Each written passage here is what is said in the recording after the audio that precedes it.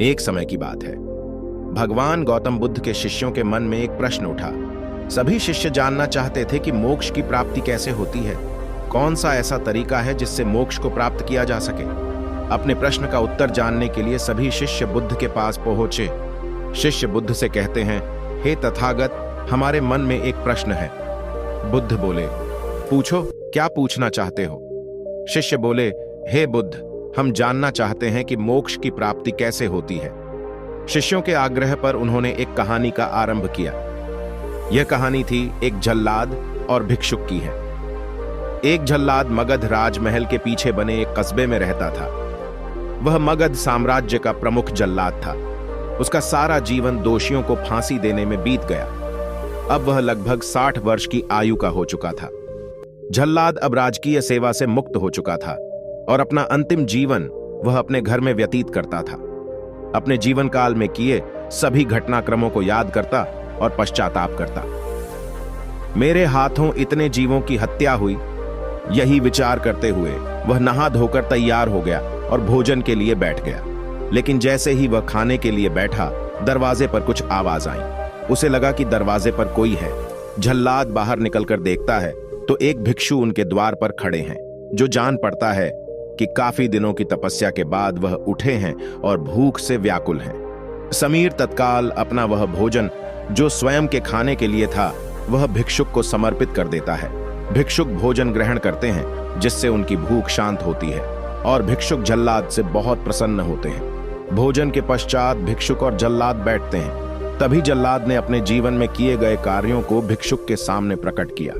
समीर ने बताया कि उसने राजकीय सेवा के दौरान अनेकों कैदियों अथवा अपराधियों को मृत्यु दंड दिया, जिसके कारण मुझे खुद पर अपराध बोध होता है और ग्लानि के भाव से मैं सदैव ग्रस्त रहता हूं। भिक्षुक, जिन्हें विचारशील और शांत चित्त वाले जाना जाता था, समीर की बातें सुन रहे थे और रह रहकर मुस्कुरा रहे थे। समीर ने अपने जीवन की प्रत्येक घटनाओं को भिक्षुक के सामने रख दिया। समीर की सभी बातें समाप्त होने के बाद भिक्षुक ने उसे दोनों हाथों से उठाया और हृदय से लगा लिया। कहा, वत्स, क्या तुमने ये सब स्वयं अपनी इच्छा से किया या फिर किसी के आदेश के कारण? जल्लाद ने कहा, नहीं, ये सब मैंने अपनी इच्छा से नहीं किया। ये सब तो मैंने राजा के आदेश पर किया। राजा जैसा कहते थे मैं वैसा ही करता था। राजा के आदेश पर ना जाने मैंने कितनों को सूली पर चढ़ा दिया। मैं खुद को उन सबका दोषी मानता हूं। भिक्षुक कहते हैं, वत्स, अगर तुमने सब कुछ राजा के आदेश पर किया है तो फिर तुम दोषी कैसे हो सकते हो? तुमने तो अपने स्वामी के आदेश का पालन किया है।